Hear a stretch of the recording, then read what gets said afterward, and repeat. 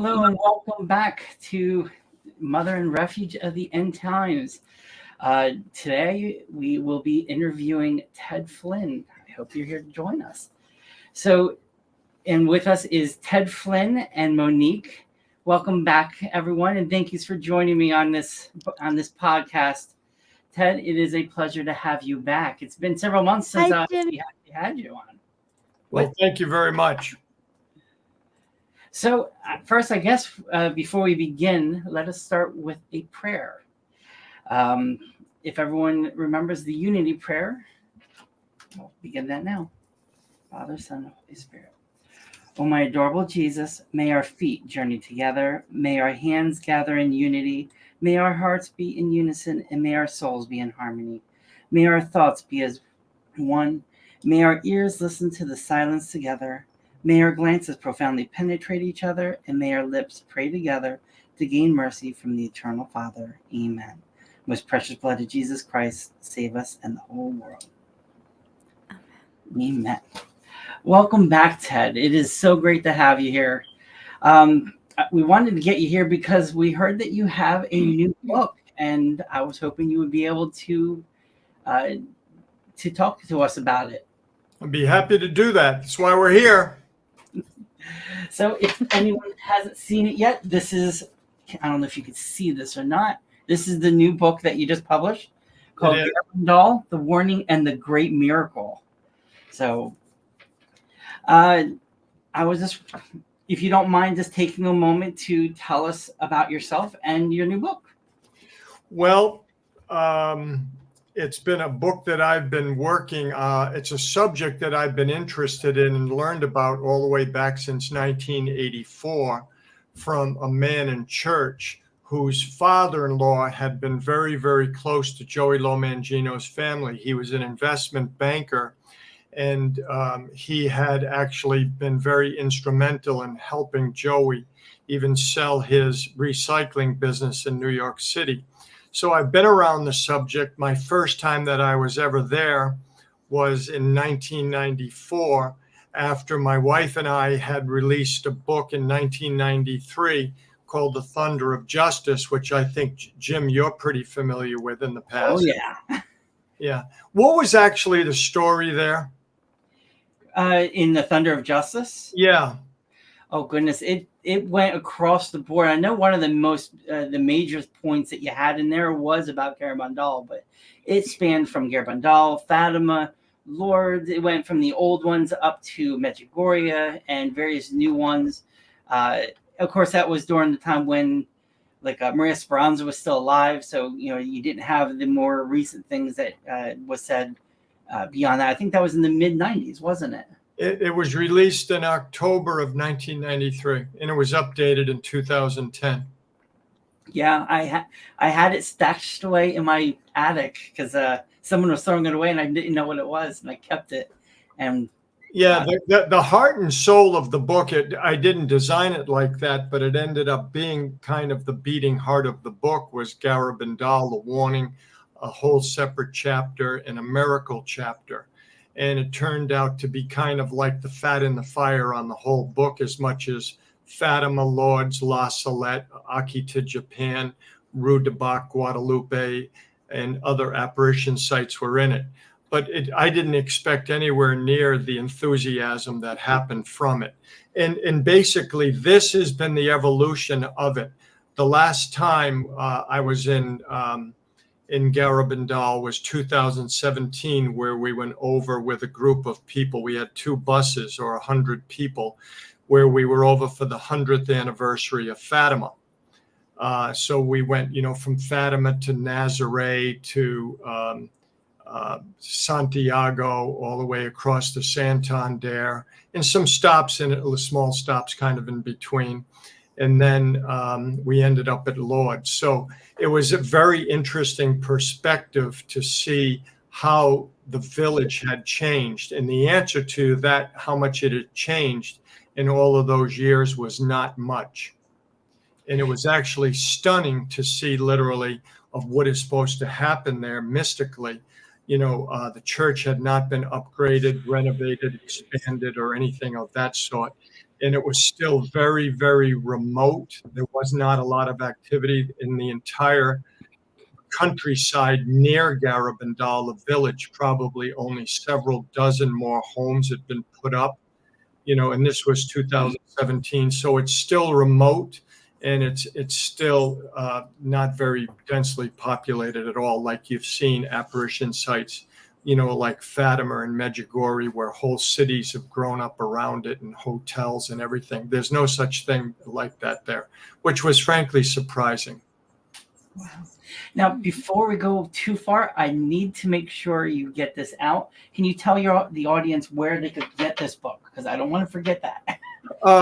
They can go to our website that we've had, for, I guess, since 1999 or something. It's called sign.org.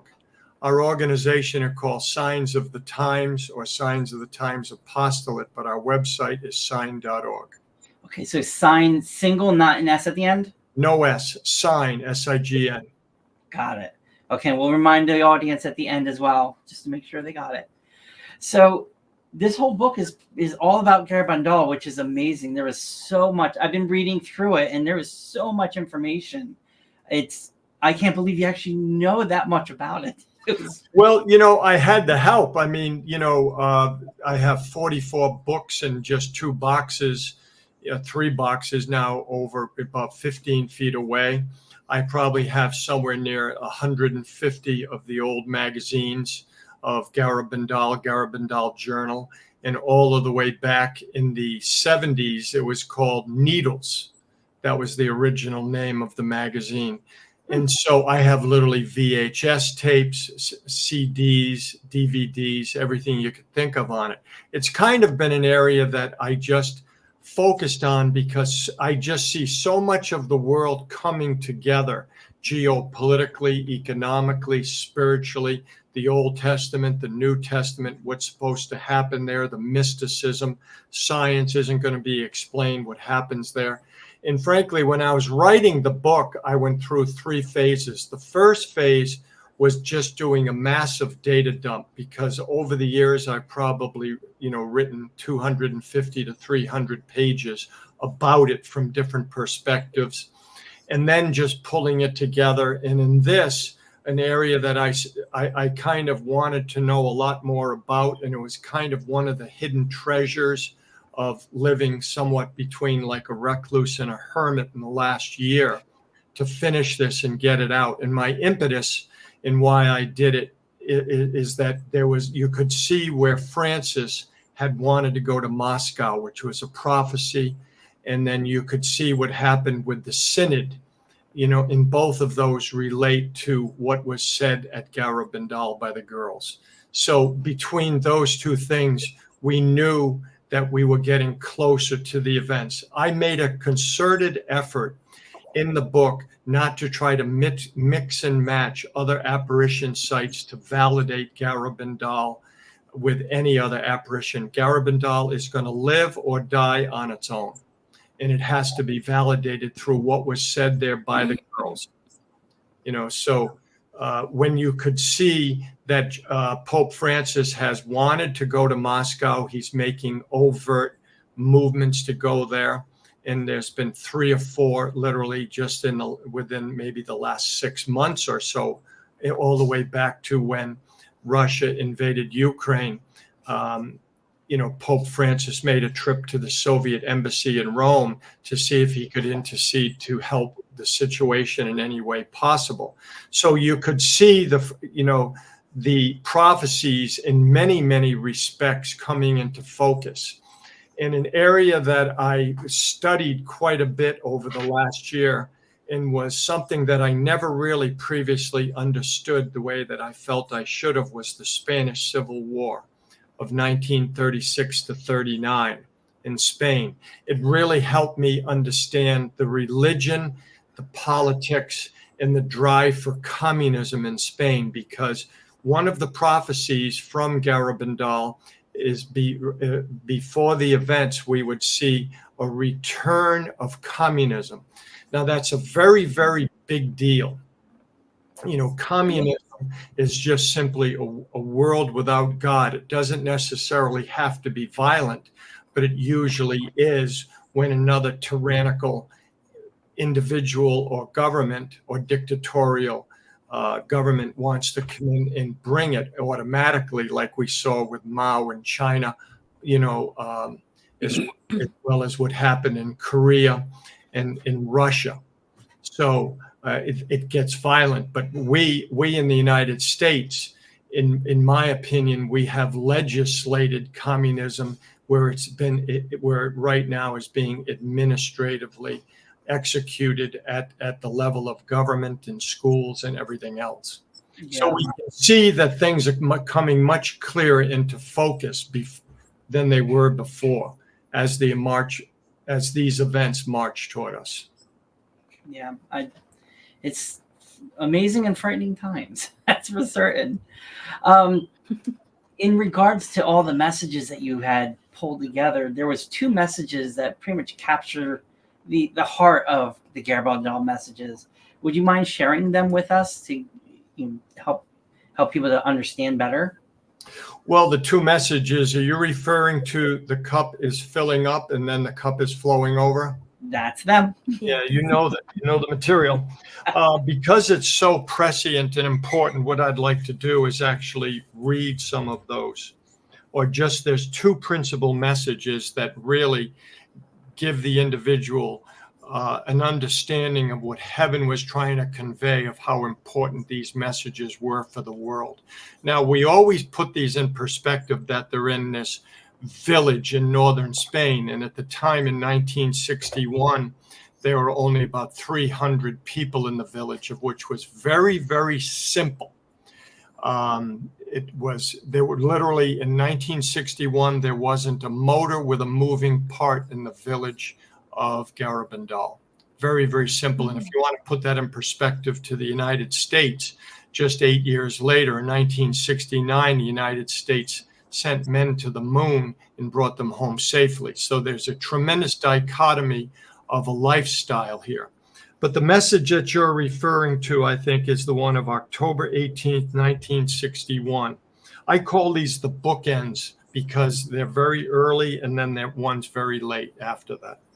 The first one was where the Blessed Mother said, again, 18, and I make a point even in the book of 18 is an important number at Garabandal. Many sacrifices must be made, many penances must be done. We must make many visits to the Blessed Sacrament.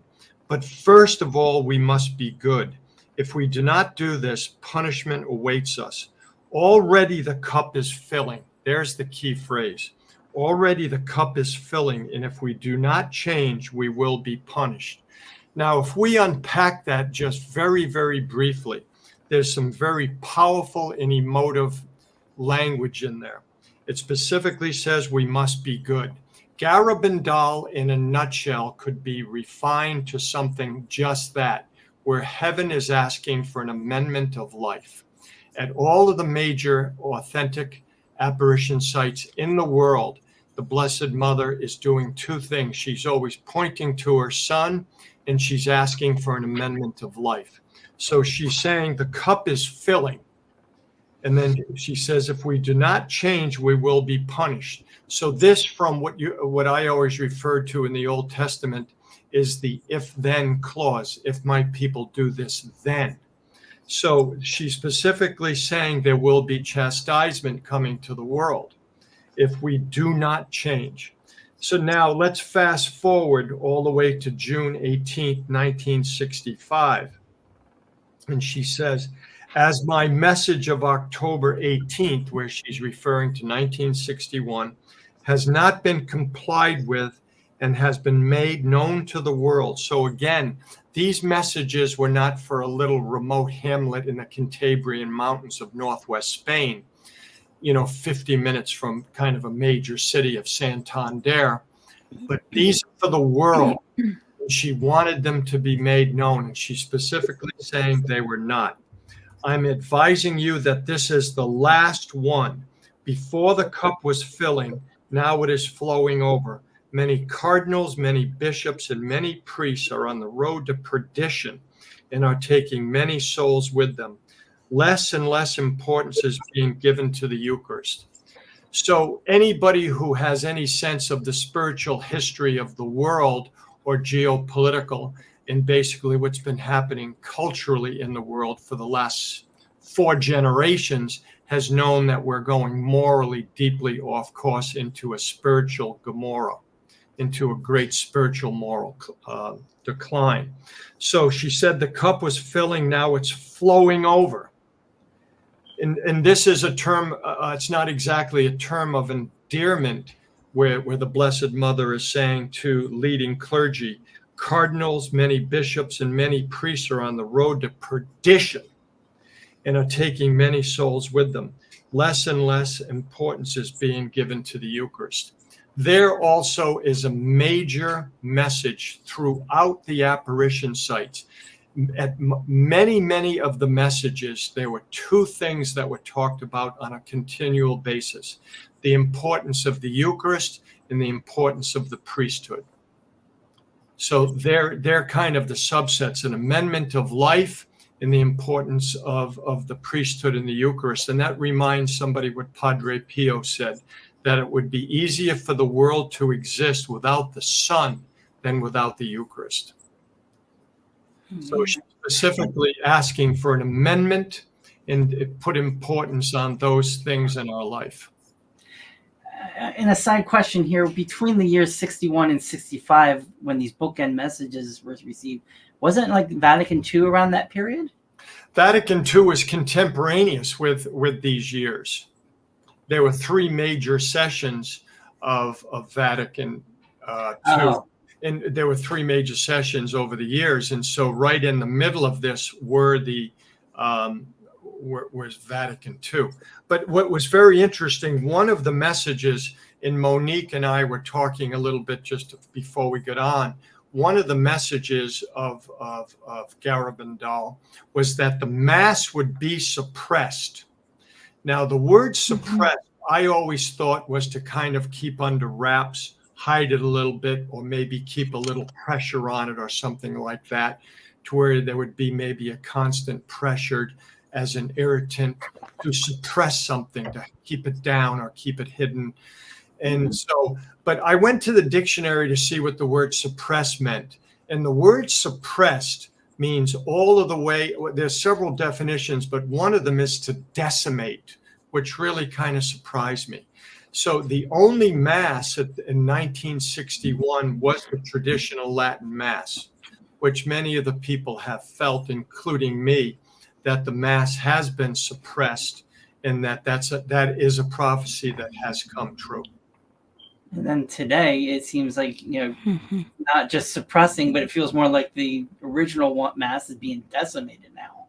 Well, yeah, I mean, you can't be with right now, whether it's a daily communicant or somebody you're going out for coffee with or whatever, or frankly, taking a stroll or something in a friendship basis that you meet in a coffee cafe or something. But people are now really very much taking sides in the direction of the church. And this is a major part of Garabandal. And we can maybe get into that a little bit later as some of the questions that I'm sure you're going to ask. But this has been the general direction to where people are now taking sides. The turtle on a fence post right now is by and large not there anymore of neutrality. They're now saying, I'm going to go along with what's happening or I'm not. And 2 or 3 people together, this subject, frankly, is always coming up. Yeah, I can fully see that. At one time, it was easier to kind of balance yourself between the two, but like standing on the fence. But now that fence line is turned into a razor blade. You can't sit on the fence line anymore. You have to choose one side or the other, and it's more like they're forcing you to make that decision.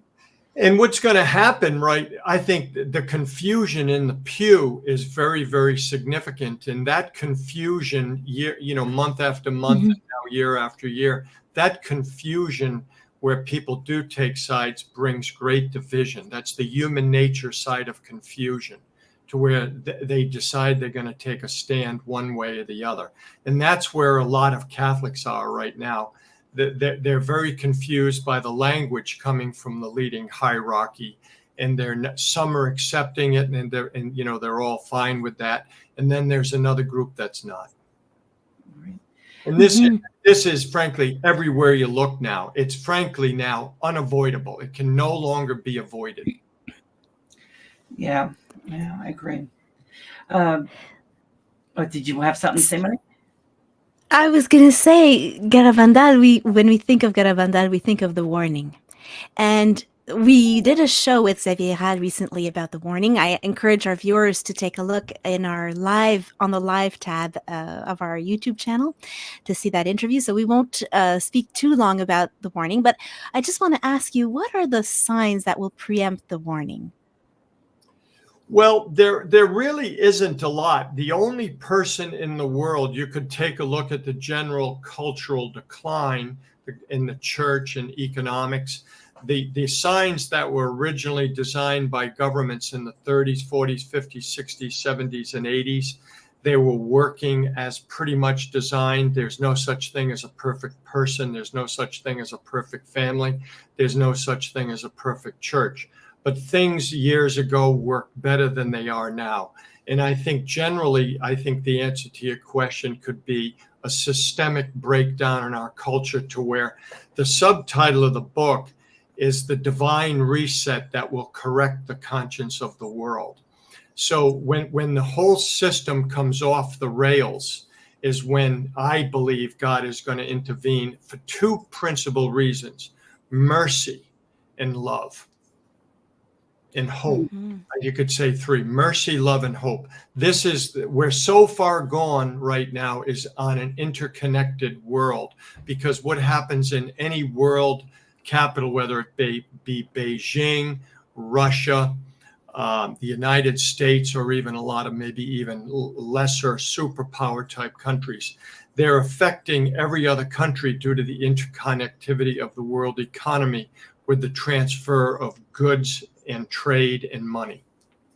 So I see the answer to that. The warning is God's response out of love, hope, and mercy to a mankind that has gone significantly off the tracks. And that's the reason why the warning has to come. There is the reason for the warning in a nutshell. It's God's mercy. It's the ultimate act of mercy for God. Because there's no way out of this right now. I mean, we are a post-Christian society. In the United States, I don't use the term Democrat, progressive, or liberal. This culture is now communist. Communism. And the thing is, it's kind of like the frog in the water. It's been boiled. We all know the story of the frog in the water, but we're so far downstream of generally accepting sin. This is the reason for the warning. And this is the reason we are, by the order of the Supreme Court of the United States, in 1962 and 1963, we took prayer and the Bible out of the classroom. That is a communist move. A communist basically works within the system to the degree that they can to achieve their goals. And when they can no longer do that, the role of the communist, right in the Communist Manifesto, which I put some of that in the book, of what Marx said was the next step to operate when you could no longer operate in an existing legal structure to bring communist goals. The next step is to burn it down or blow it up. And that's precisely what we're doing today. I can't speak for the rest of the world, but the rest of the world is very much going like the United States, and we're following other types of tyrannical and dictatorial type countries as well. So, there's repercussions for these actions that are now generational.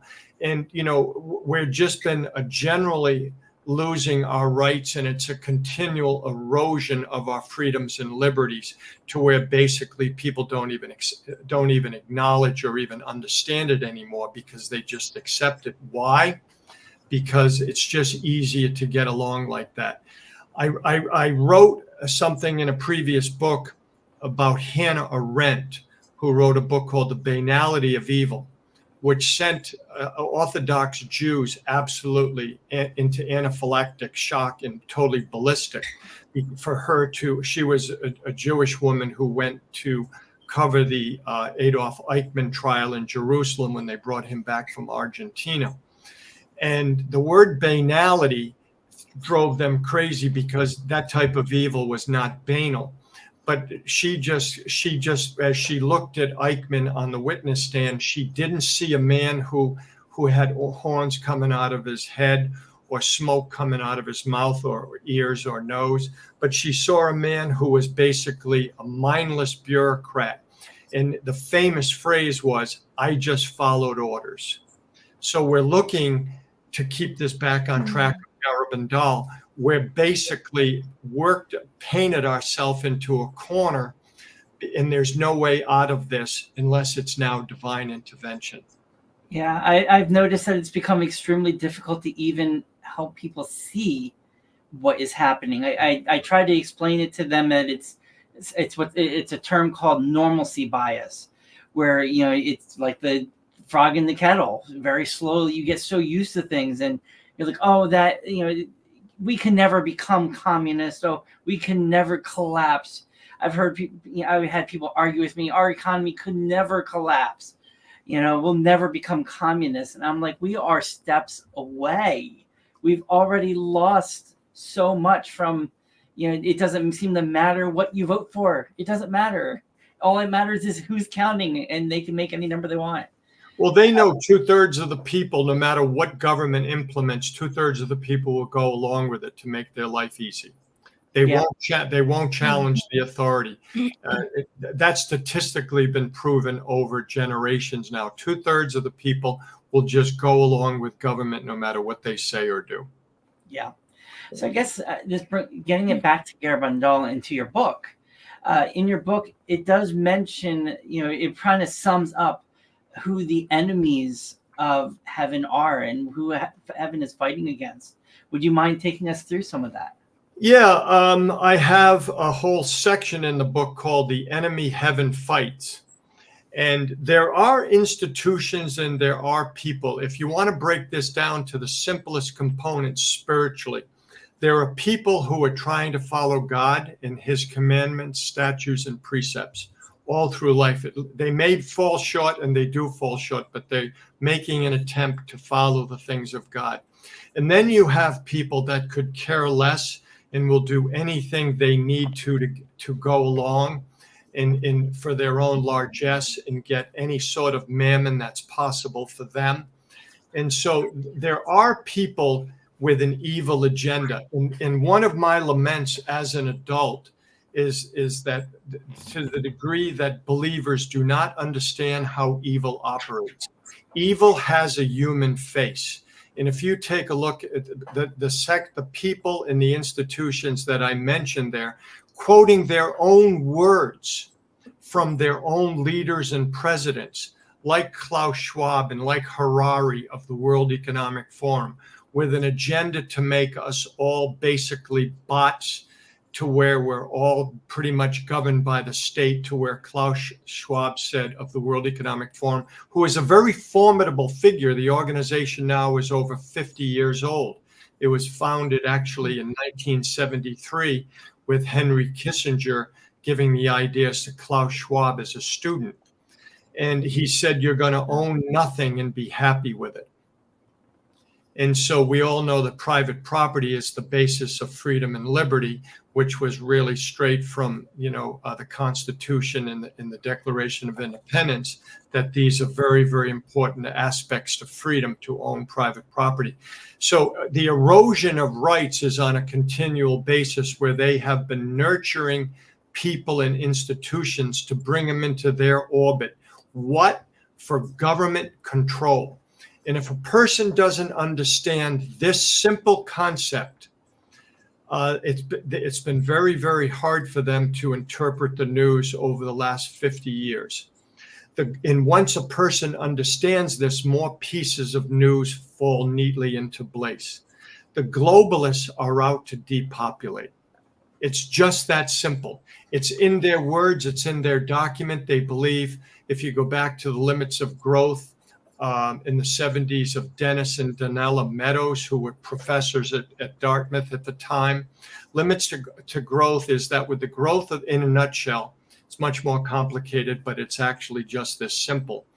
But limits to growth specifically said, with the growth of the world population, the planet cannot sustain the people to a lifestyle that the global elites think everybody should have. And so you have the World Economic Forum. I quote leaders from the United Nations of where they're hoping to bring the world. I use the words, frankly, of many of the leaders from secret societies, of what they say. And so there are institutions that, that are working against the things of God. And this has been the clash right from the beginning of Satan, of non-servium. I will not serve. And one of those people really up front, who I think was the greatest political philosopher since Machiavelli himself, his name was Antonio Gramsci. So this isn't necessarily a tangent that I'm speaking about, but there are institutions that are actively working against the freedoms and the ability of a believer to have freedom of worship in the world, versus being basically a mechanism for the state to control every single thing that the individual does. But Antonio Gramsci was the co-founder of the Italian Communist Party. I get into him just a little bit in the book, and then I bring it to Marx. And because he was so influenced by Marx. But after the Bolshevik Revolution, Gramsci went to Russia in 1922 to observe for himself of what the Bolshevik Revolution was doing. And then just after a short amount of time there in 1922, he returned to Italy, and Mussolini feared him. And so Mussolini threw him in prison. And while in prison, Antonio Gramsci wrote something called Prison Notebooks. And he came to the conclusion that Russia would fail in its experience with hardcore Bolshevik communism because the Russian soul was a Christian soul, and communism was based way too much on violence, and that would not be accepted, or they could never win long term. And it was very interesting. He said the goal of the communists is never to use communism or socialism, but infiltrate organizations to where you are able to effectuate change and bring like-minded people in. Do anything you need to do, lie, steal, whatever you need to do to bring your own agenda into any organization you're in, and then begin to bring other people who think like you. And so Gramsci had an enormous impact. And if you want fast forward, a person who actually took a lot of his principles was Saul Alinsky. Saul Alinsky, everybody knows him with his book, Rules for Radicals. His first book was actually called Revelry for Radicals. And he found some flaws in it of how he could perfect it. And then that became Rules for Radicals. As the book circulated, he had more ideas to circulate. In essence, he tried to codify on paper how he could rally people to infiltrate organizations to effectuate the change to communism. And if you want to just see exactly who Alinsky is, right in the preface of his book, he dedicates the book to Satan. He says, this is dedicated to Satan, the first great radical. And Alinsky says his goal is to organize people in hell. So you're talking about a very, very demented soul who refuses to submit to any supreme authority.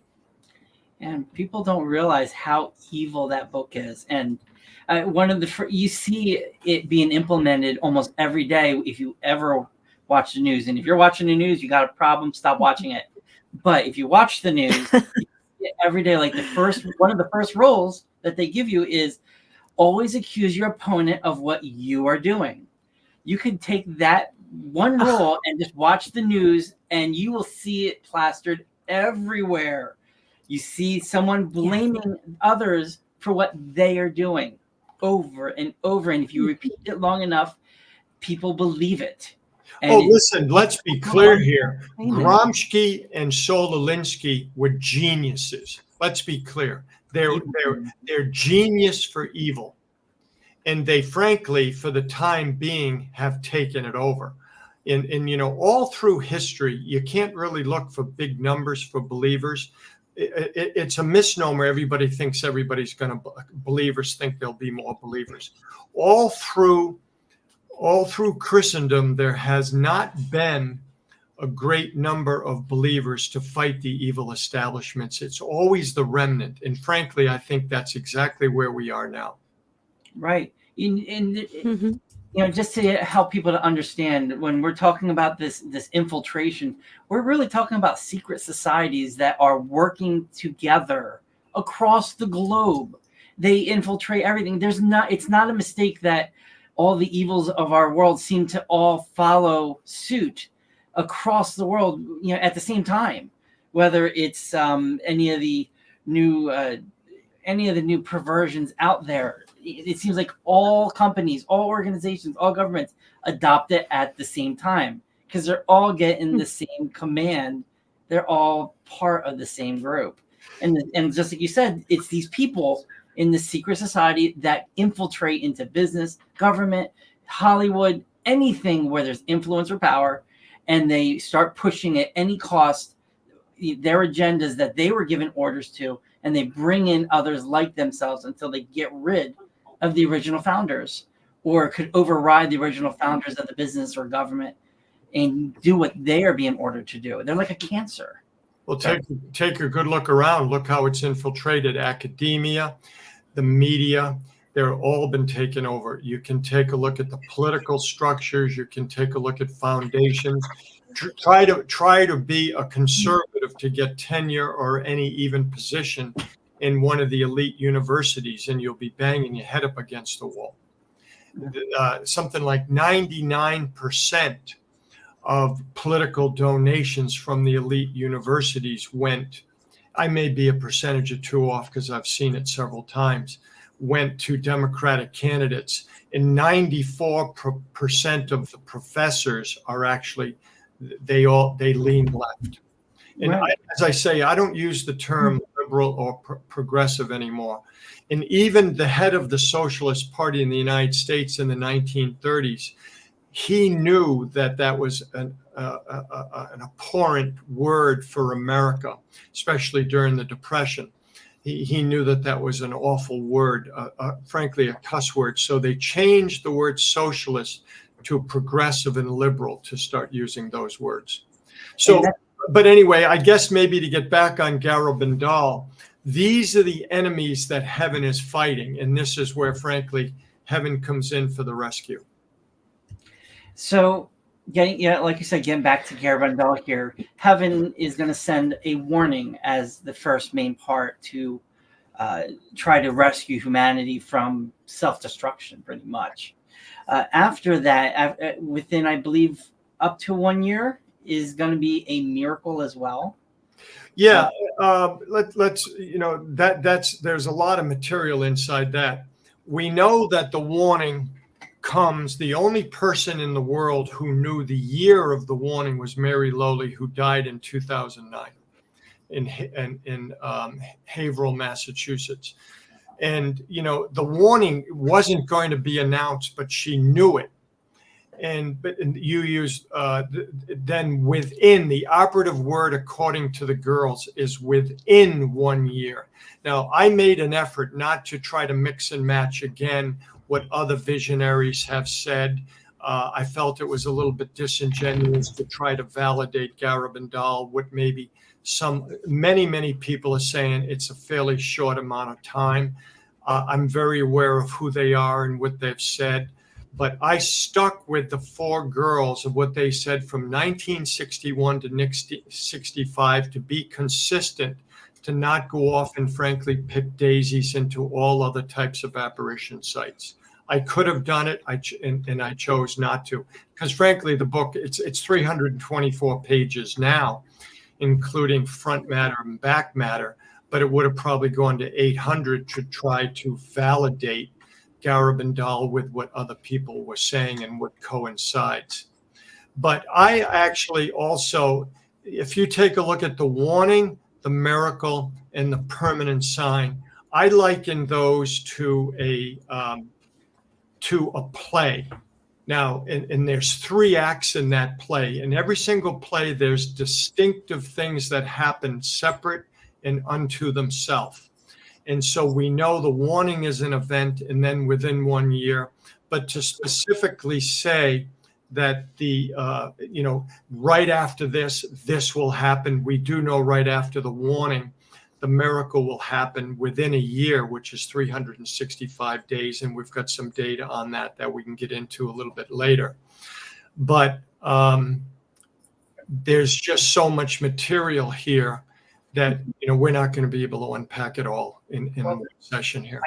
I actually have a question for you that's probably not even in my list here, but it's been something that caught my attention over the past few weeks or maybe a month or so.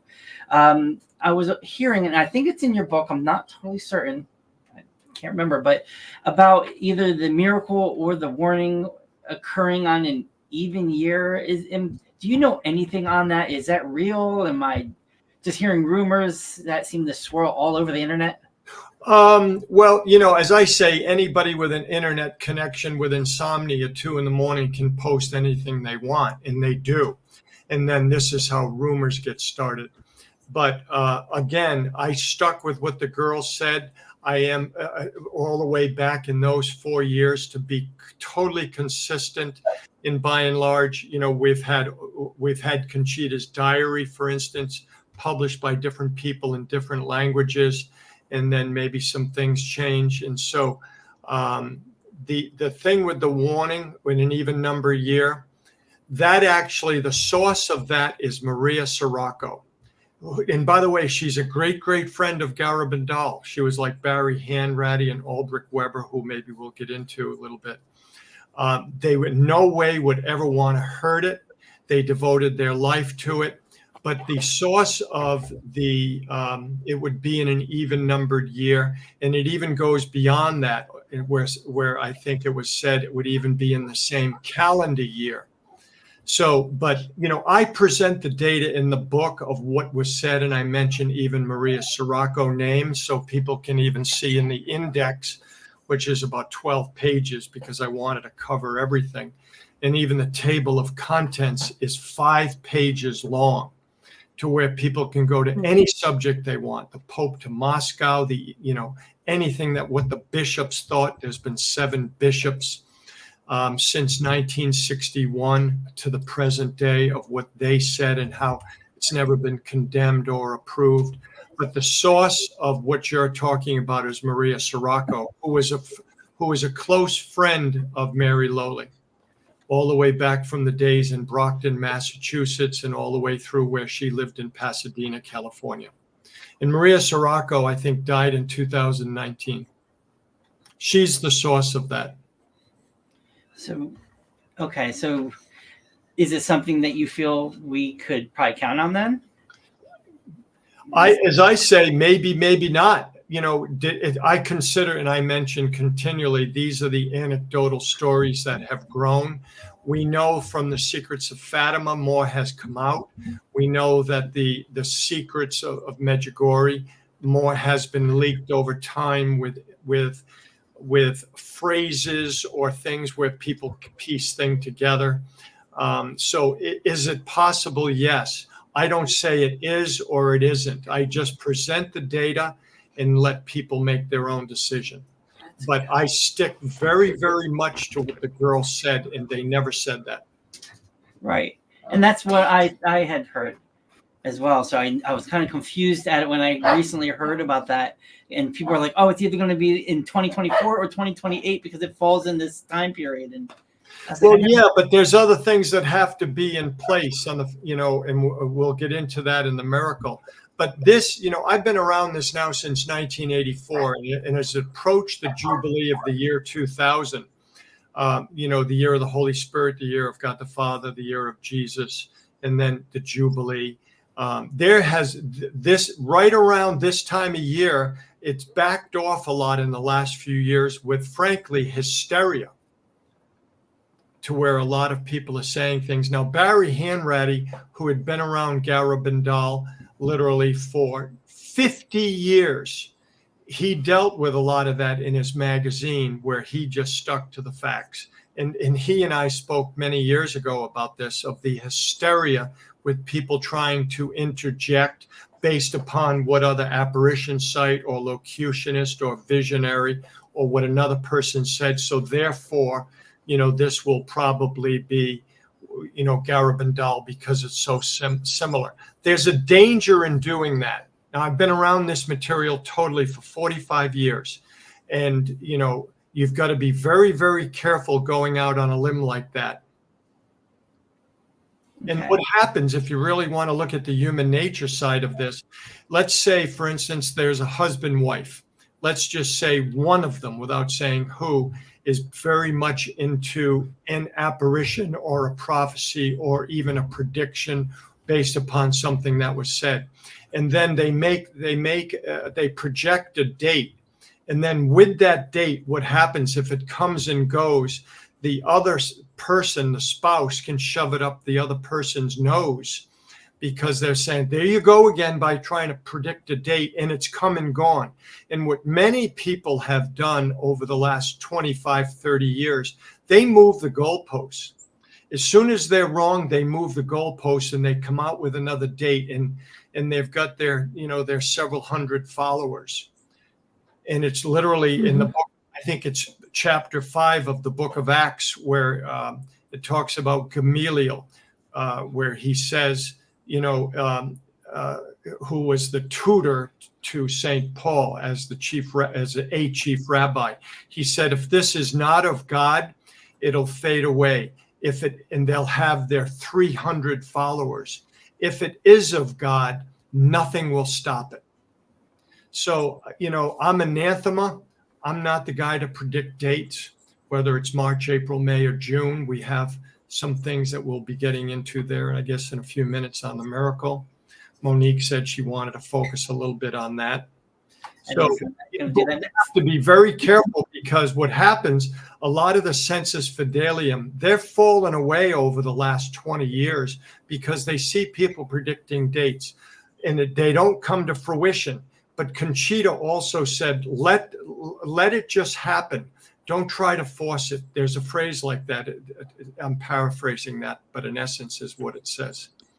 And she said, the miracle will not be delayed. It'll happen in God's good timing. In regards to the miracle, can you probably help us to understand what the miracle consists of? And what are we expecting? Well, here's where I could get into quite a bit. And you guys interject anywhere you want, because there's a lot of material. There's much more data points on the miracle than there is on the warning.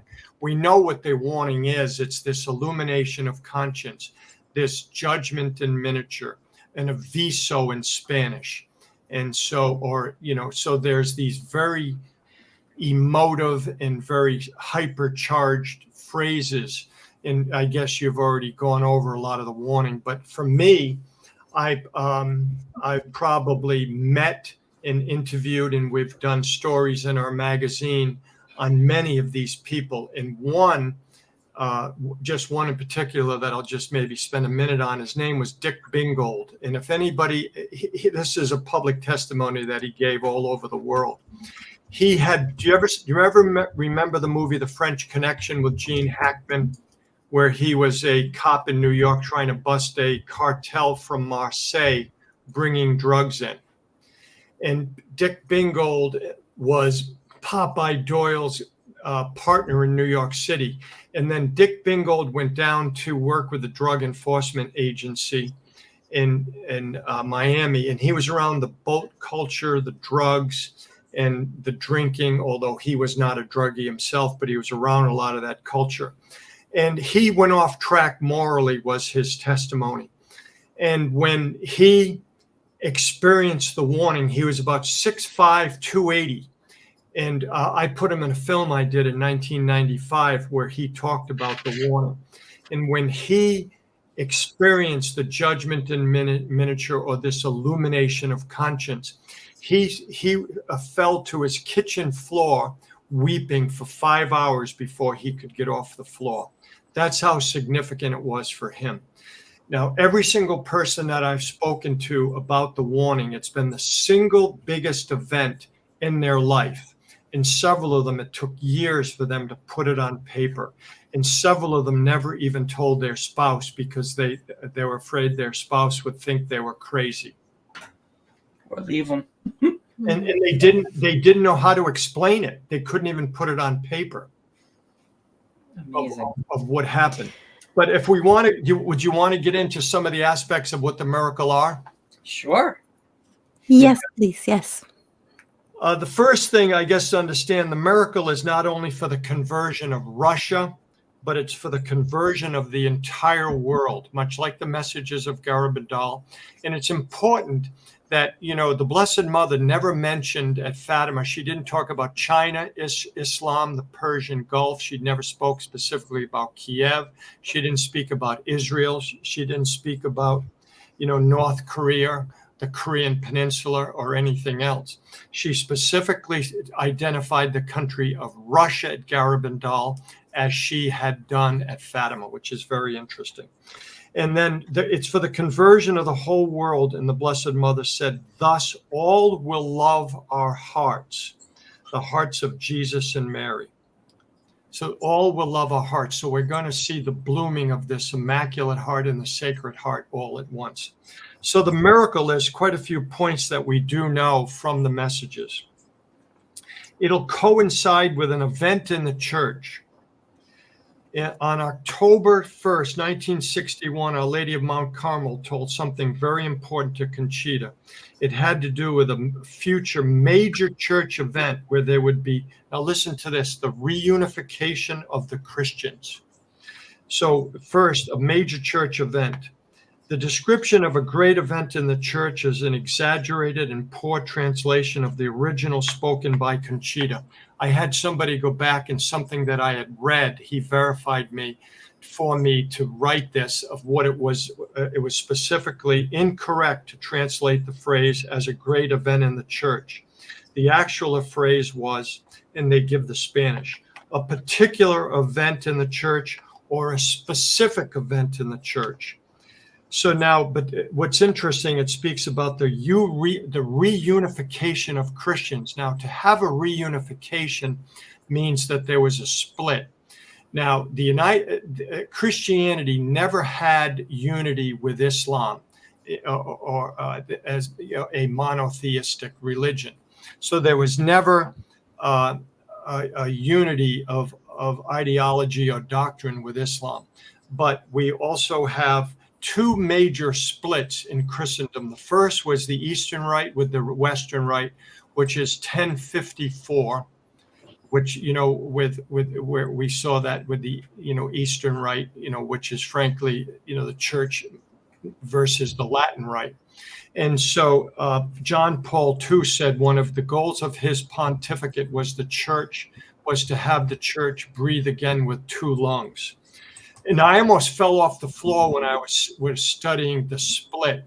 The day of the actual signing of the split was July 16th, 1054. I almost fell off my chair when I saw that.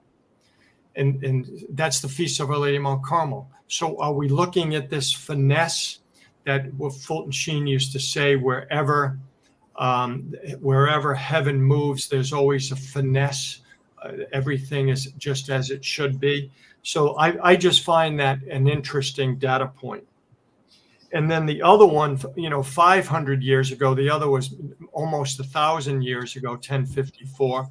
And the other one, a little over 500 years now, 507, is literally the split with the Reformation and the Protestant Church. So can you imagine if there's a reunification as a result of this miracle and the things that had happened, that these splinters would come back into the Catholic Church? It's stunning in its breadth to even think it.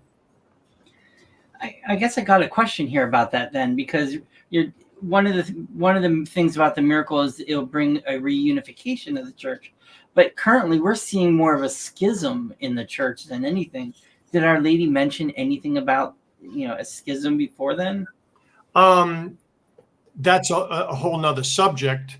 But yes, but that's also for the time being. Think of after the warning and the miracle that, then. But we are seeing a splintering now that's pretty profound, with people very upset with the direction of the church, no matter what side of the aisle you're on. So we're seeing more and more of that. But if you want to get into schism, Seraphin one day, Conchita's older brother, heard her use the word schism. And so we're told that, how would a 13-year-old girl understand the word schism? It's not possible. No. But the fact is, she heard the word schism. And when you take a look at the direction, what's happening now in the church, it's not hard to see through this confusion breeding division that we're going to see more and more people, choosing sides, as we talked about a little bit earlier. So another point is that it would be the greatest miracle ever performed by Jesus for the world. It is supernatural and has never been seen before, and it will not be explained by science. Now, that's really pretty profound. It's going to be one of the greatest. It'll be the word definite article, the, is used. The greatest miracle Jesus has ever performed for the world. That's no small deal. Now, if you want to take a look at the parting of the Red Sea, but Yahweh, there was a much closer route for these migratory people to go to the promised land. There was much shorter route if you look at the map. Jesus specifically wanted them to take this path to show his glory for his chosen people by the parting of the Red Sea. And so that was for a very, very localized, that's pretty significant event in church history as a witness. But we see that in just a matter of weeks, they had forgotten what God had done. In approximately about 6 weeks, they were building a golden calf, and they forgot the mystery and the beauty that God had done for their salvation as they went back to their old ways. So it's not going to be explained by science. It's never been seen before in the world. That's very, very important to understand. Conchita said the miracle is like a pillar of smoke, but it's not. And she talked about something like a comet, but it's not a comet. Somebody asked her like a comet. She said, I don't know what a comet is. Heck, just 5 or 6 months ago, working on that section, I had to look at what's the difference between a comet, an asteroid, and a meteor myself, because we know there's something that the miracle, it begins, a part of the miracle, it begins with an A, because don't forget the warning is seen and felt. There's going to be something celestial where we will see it, but we'll feel it also in the interior of our soul through this illumination, that we're going to see our life like a slow motion picture. And the way I describe it, it's like having your iPhone to where you can kind of flip through, and if you want to focus in on one picture a little bit longer, or just scroll quickly because you know them. Where there is mortal sin, it'll go slower, and we're going to see all of the sins of omission and commission, as well as all of the things that we did in our life to lead to greater sin, of how we actually ended up going off the rails in certain capacities in our own life, of where sin became more grievous as a result of things we did earlier. So these are profound things that, think of it, it won't be explained by science. We have to literally teleport our mind into another dimension. This has never been seen. The Red Sea had never parted. The Shekinah glory of a pillar of smoke by day and a fire by night had never happened. And even for these Hebrew people, which there were about 2 million leaving Egypt, including the rabble making that journey, everybody thinks the word manna means Eucharist or bread. Manna does not mean that. In the Hebrew language, manna literally means, what is it? These people, something like this hoarfrost bread was falling, and then the quail for them to gather, so they would have a Sabbath and wouldn't need to work. And if they took too much, it would rot. So heaven has an agenda here, and it's never been seen, and it will not be explained by science. Another thing is Padre Pio will see the miracle. And he testified 2 friends that he did see the miracle before he died. The reigning Pope will see the great miracle from wherever he is. Before the miracle, something will happen that will cause people to stop believing in Garabandal. I think one of the things that I absolutely know for an absolute fact, that I've talked to many, many, many people over the last year since Joey died, Joey Lomangino, the blind apostle of Garabandal, in case anybody doesn't know that name. He was supposed to see he was supposed to receive his sight on the day of the miracle. Now, Joey died, and literally a friend who I know quite well, he's a major radio announcer, and another friend was having dinner with him, and they were talking about the book. He was talking about this book to him. And he's very much devoted to the Blessed Mother and to apparitions and where they're true and authentic. And he himself fell away when Joey died. He said, well, I have a difficult issue with that because it was said it would happen. So, yeah, there has been people fall away, as well as the duration of time. But as Conchita said, this is going to happen in God's timing. The miracle, now, you want to start getting specific. I mean, the last person to get something so specific literally was Isaiah. Talking about his name would be Emmanuel, especially Isaiah 50 through 58. Now you want to talk about specific. The miracle will occur on a Thursday evening at 8:30 p.m. Spanish time. I can't think of any apparition that has ever been so specific as this. Yeah, and just so people know, that is on Eastern time. That's 3:30 p.m. Yeah, right, Spanish time. But I do think that what this warning is going to be seen, and there's a lot of speculation on what it could be, and I have a whole section in the book on that, of the different options that people have said, and then whether or not it's a rainbow, which there's reason to believe that could be seen any time of the day or whatever, wherever you are. So in all time zone, it's going to be seen. And again, it's seen and felt. The miracle will happen. Here's where it gets a little dicey with some people speculating way after these events. The miracle will happen between the dates of the 8th and the 16th, inclusive, March, April, May, or June. Now, I have a VHS tape with Conchita speaking on Irish TV. She was a very young woman with children, because the commentator in Ireland, the radio TV host, literally spoke about, the kids being outside. So she was a very young woman. She mentioned March, April, May, or June. Now, people also have it nailed down because of Maria Sirocco to the month of April, again, where she alleges that,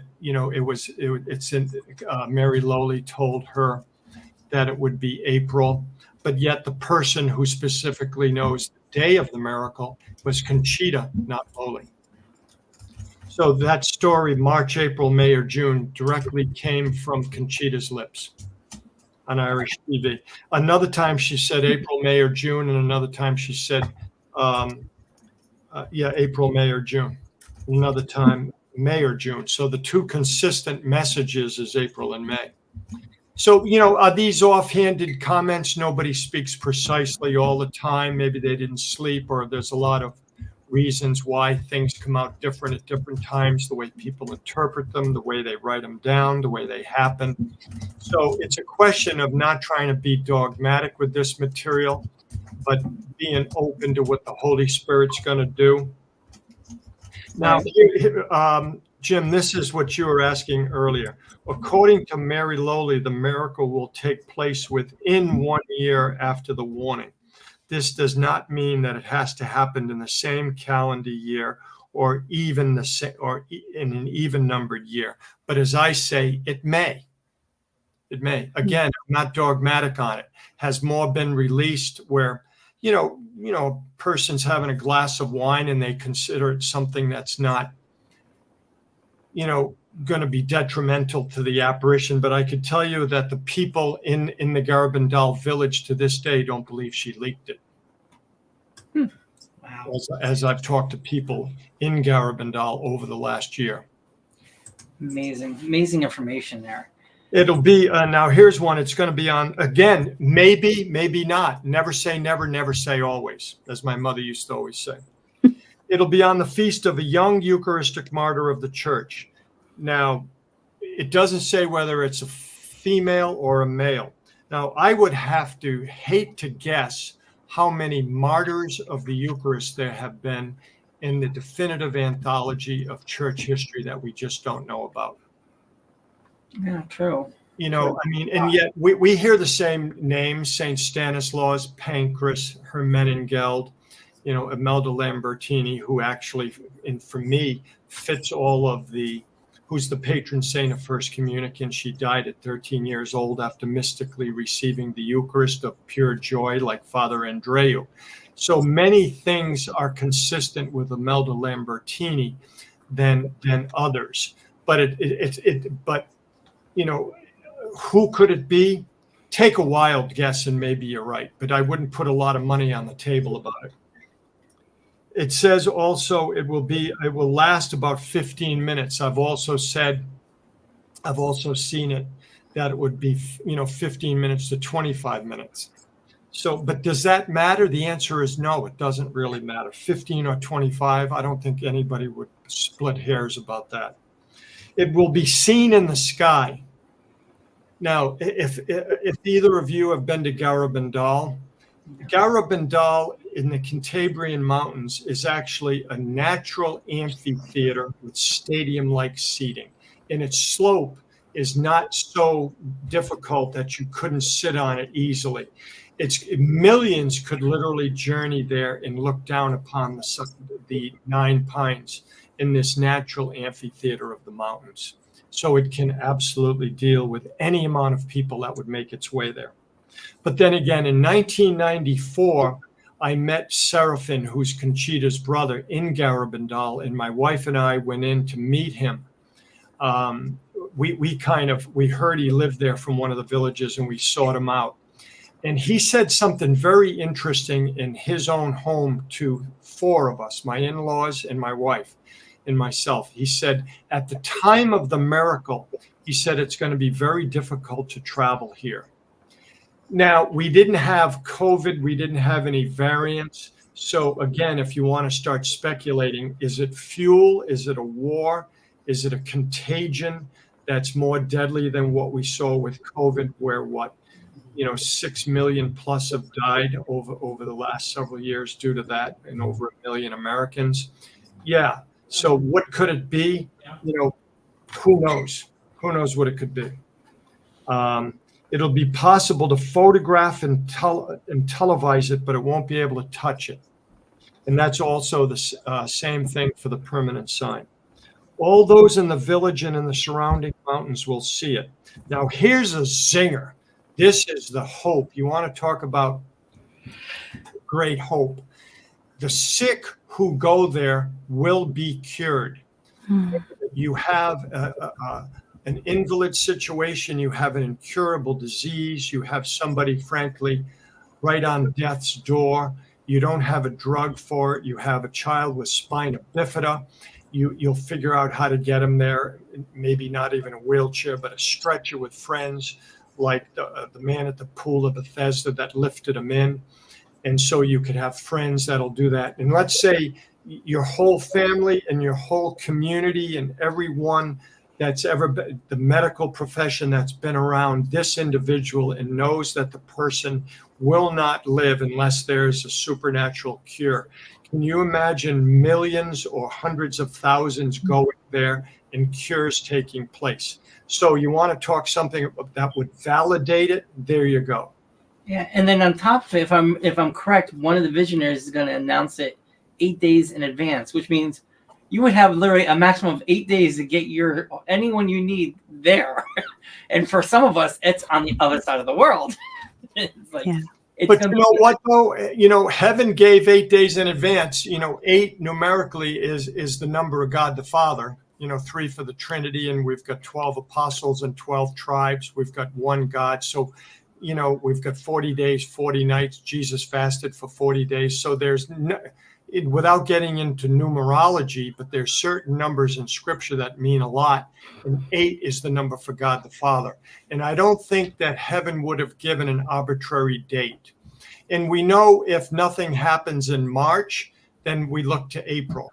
And then, you know, you'd need to have your passport ready, and you'd need to be ready to move, and you'd look to see how you get there, maybe canceling some airlines or getting insurance for any reason whatsoever. So, you know, people are going to figure it out. And people should recognize if they are looking to go whenever this is. I don't think we're there yet for the events, based upon the data of what has to happen first, with still 3 acts in the same play close together, where several of them merge and you really wouldn't be able to distinguish, you know, in the same way. I don't know the difference between Gen X and Gen Z or millennials in our culture. You know, they all seem to have a lot of the same traits. So, you know, there's going to be this merging and meshing of these events pretty much a lot at the same time coming to fruition. So Russia is going to be converted after the miracle. Wow. And then all will love our hearts. So this has been all of the way since 1917, you know, well over 100 years now, that has been, in essence, communist with the suppression of faith. Now, I lived in Poland in 1990 and 91. And then I lived in Belarus. I had an office and an apartment in both countries for 4 years. And I saw communism up close and personal. And by and large, Christianity in the Soviet republics, formerly the USSR, is still not freely promulgated and worshiped. You can do it, but you're not going to advance as a part of the nomenclatura or the apparatchiks. You're not going to advance in the culture because it's still frowned upon by in essence, the hierarchy of Russia and the republics. And that's frankly why a lot of people join secret societies, to go along, to get along, and to get along to go along. So back to your question, Jim, Conchita, who knows the day of the great miracle, will announce it to the world 8 days in advance. That means you're going to need, as I say, to have your passport. And people should recognize in the United States, we only now have a 9.5-year passport. You cannot leave the country. I just updated mine last summer, because I just want one totally active. And if your passport is within 6 months of expiring, you can't leave the country if it's under 6 months. And frankly, you won't even be able to buy a ticket. So people should be aware of a lot of these things. It's really only a 9.5-year passport now. But that's just for the United States, Monique. I don't know what Canada is. Yeah. Yeah. We have is it 5-year and 10-year passports? We have in essence, they say 10, but it's a 9.5, because I say you can't leave the country any longer. That's right. Same here. It's the same for you guys. Same here. Yes. So the 8 days seems to be enough time. It's why heaven did it that way. Maybe people lollygag and they think they can relax, but they'll have to be, well, look at it this way, depending on the month of the warning, if we know the warning takes place, let's just pick an arbitrary thing after June. It takes place July 1st. We know the earliest possible date could be March. But, a lot of the money's on April and May. I get that, I still have my money bet on May 13th, but that's just my opinion. On May 13th? Yep. Every year I wait for May 13th. I'm like, this is going to be the day. I know it. No real reason. I just think that.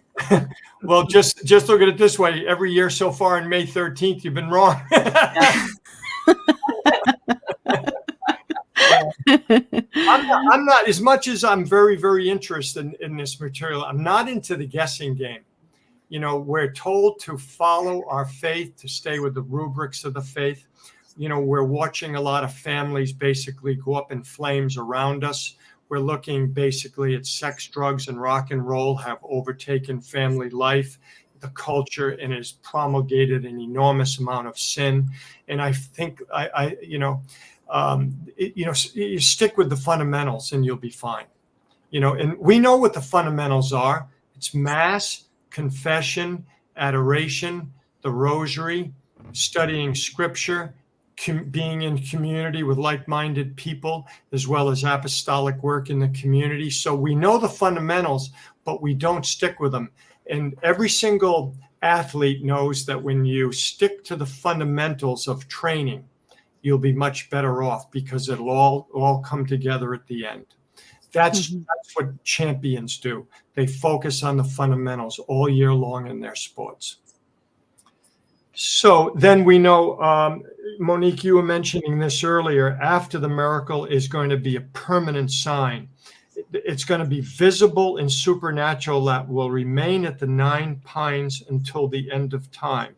It also will be possible to televise, film, and photograph, but not touch it. It has been likened to a column of smoke or a ray of sunlight, but it is not either one, which is interesting. It's not either one. So, you know, I think the secular world that doesn't convert after the warning, I think they're going to blame it on a hologram, that it's a fraud. It would be very, very natural where somebody would say it's a hologram. You know, whenever I think about the permanent sign, which would be left behind after the miracle, I always pondered about, afterward, eventually the Antichrist would come in. Wouldn't he try to destroy it or stop people from seeing it or trying to take credit for it? I know that it's not mentioned anywhere in this. It's just, I just wanted to say it because I've been pondering that. And there's a few other points here. The warning will happen after the chastisement has run its course. Now, we're not there yet. I mean, we've seen, let's face it, if you were in Sarajevo with 50 cal bullets whizzing over your head, from the low mountains overlooking Sarajevo, you'd think it was at the end of the world then. But in many, many parts of the world, they haven't experienced this chastisement, but many parts have. As a world, the world is greatly suffering. The miracle will happen when it looks like the church is finished and priests will have difficulty saying Mass and talking about holy things. When we know that the Mass will be suppressed, we know that their priests will go into hiding. We're not there just yet. That's why I don't put these events immediate as many others do, because this body of data collectively and eclectically has not come to fruition yet. But you can see it definitely moving in this direction now. The data's there, et cetera. We know that the Pope, we hit about it lightly. Francis has wanted to go to Moscow, to where in 2016, he met first time with Patriarch Kirill in the Havana airport in Cuba. And then, right at the beginning of the war, Kirill asked if the Pope could help. And then there was correspondence back and forth. There were several cardinals going back and forth to Kiev and Moscow trying to broker an agreement. But Putin doesn't want that. You got to remember, Patriarch Kirill, as soon as he doesn't do what he's told as the Patriarch of the Eastern Church, he's gone. It's like trying to be, in communist China. So Putin doesn't want to be embarrassed. So therefore, we know the Pope actually used as a pretense to refuel on his way to Mongolia. Mongolia has a whopping 1,450 people, Catholics in the entire country. It's almost the size of Alaska.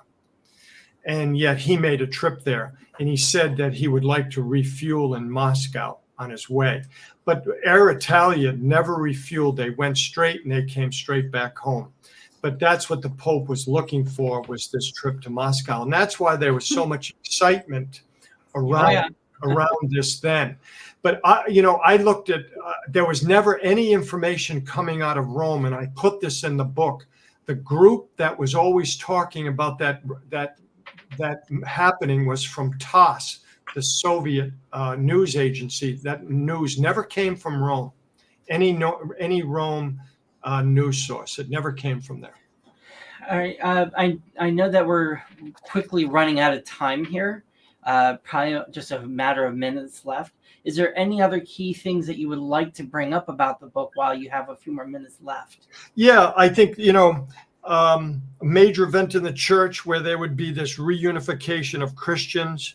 At the time of the warning, communism will have engulfed the world and make saying Mass impossible. When communism comes on another level, the events are near. We're not there just yet. We're getting closer through legislation where administratively we know that that's what these nefarious agencies, we know that we're looking at maybe central bank digital currency, that the European Union on a majority vote voted for digital ID. So these, again, that could happen. We saw what happened with COVID, where the state implemented a lot of rules and regulation by mandate, but not by law or legislation, but it was a mandate, which I put, frankly, is just another word for suggestion, but that isn't the way that it was implemented or promulgated by government. So we know that the warning will be brought about after the church will be torn by, quote, something like a schism. Something like a schism. So, everybody here listening, they can surmise what that is based upon where their periscope goes up and looks at the world. But we all see that differently. So that's really it. I mean, we could get into hours talking about the nuances of this, but with the poverty of time, I guess what we're knocking on the door. Yeah, we are. So, again, would you mind reminding everyone where they could get your book, and so people see it? Here it is. It's at sign.org. It's available. Matter of fact, it's even on sale now because it's only a week and a half old, or I guess 2 weeks tomorrow. So in hard copy. So I got to tell you, when you look at this material for a believer in what heaven's agenda is and what heaven is trying to do, it's frankly overwhelming. And there was a woman who read the book for me, who proofed it, one of the proofers, and she sent me a text late at night, and I showed it to my wife. Of every single thing she could have said, she said, I felt such anxiety and stress over the direction of the church and the culture, but after reading this, I feel such great hope. It's a very, very hopeful book. Why? Because it's about God's mercy and love. That's what this is about. It's going to be a direct intervention by heaven because of love and an ultimate act of mercy. Amazing. And if there's anything people could take away from that, it is that, God is not, he doesn't want the worst for us. He wants the best for us. So he is sending us the warning and the miracle. And all these are promises of hope, to give us hope that, evil isn't gonna, succeed.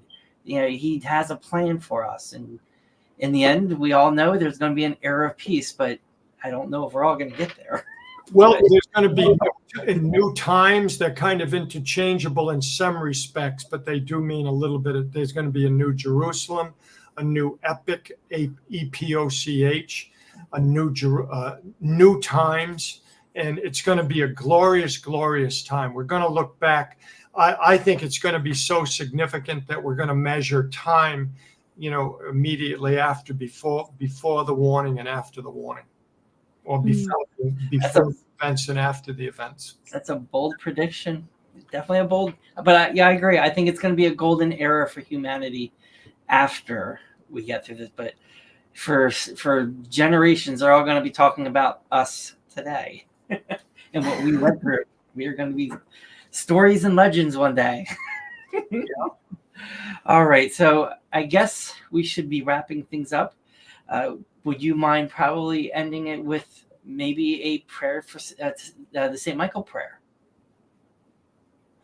We'll just go more extemporaneous. Father in heaven, we ask you for all of your graces, everything that you would want us to do to see our role in the times that we're in, to have us be obedient, and where it was said it's better to be obedient than to sacrifice. Watch over all of our families, all of our activities, put us under the hedge of protection for all of us, and have us to do your will. In the name of your Son, Jesus Christ, amen. Amen. Thank you so much for joining us, Ted. It's been a pleasure. And hopefully we'll get you back again soon. All right. Thank you very much, guys. God bless. God bless you.